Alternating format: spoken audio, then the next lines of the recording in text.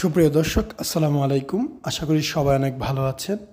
আজকে যে পেশেন্টকে দেখতে পাচ্ছেন উনি নিতান্তই একজন ভদ্র মানুষ, খুবই ভদ্র মানুষ।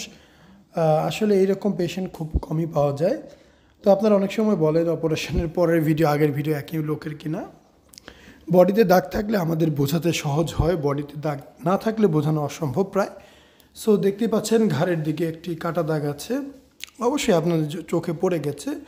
তো যাই হোক, ওনার রেজাল্ট আমরা আজকে শো করব, হয়তো আগামী 2-1 দিনের মধ্যে ওনার অপারেশনের 2 দিন পরে ভিডিওটাও শো করা হবে। তো যারা এই অপারেশন করতে চান বা সরাসরি দেখতে চান অথবা জানতে চান, আমাদের প্রতিষ্ঠানে আসবেন। প্রতিষ্ঠানে আসলে আমরা সামনে থেকে দেখাবো যে কি অবস্থা, কেমন কি হচ্ছে না হচ্ছে, কিভাবে আমরা করছি, দেখে বুঝে শুনে তারপর সিদ্ধান্ত নিতে পারেন। বাংলাদেশে এই অপারেশনগুলো বিভিন্ন জায়গাতেই হয়। জায়গা ভেদে খরচের পরিমাণ ভিন্ন হয়ে থাকে, কাজের মান ভিন্ন, সেবার মানও ভিন্ন হয়ে থাকে। আবার অনেক অনেক ক্লিনিকে প্রথম দিকে কম টাকা বলে, পরবর্তীতে বিভিন্ন চার্জ অ্যাপ্লাই করে টাকাটা বাড়িয়ে ফেলে। তো যাই হোক, যে যেখানেই করবেন এই বিষয়গুলো অবশ্যই বুঝে করবেন। বুকের দাগ তো অবশ্যই দেখতে পাচ্ছেন।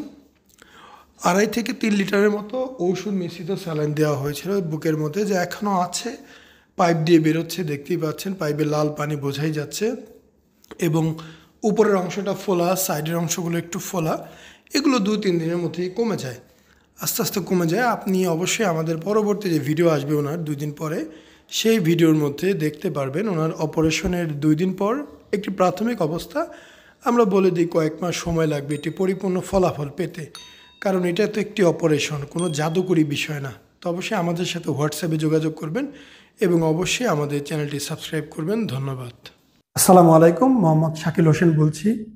2017 সাল থেকে আমরা গাইনোকমার্সি নিয়ে নিয়মিত কাজ করছি এবং ভিডিও প্রকাশ করছি।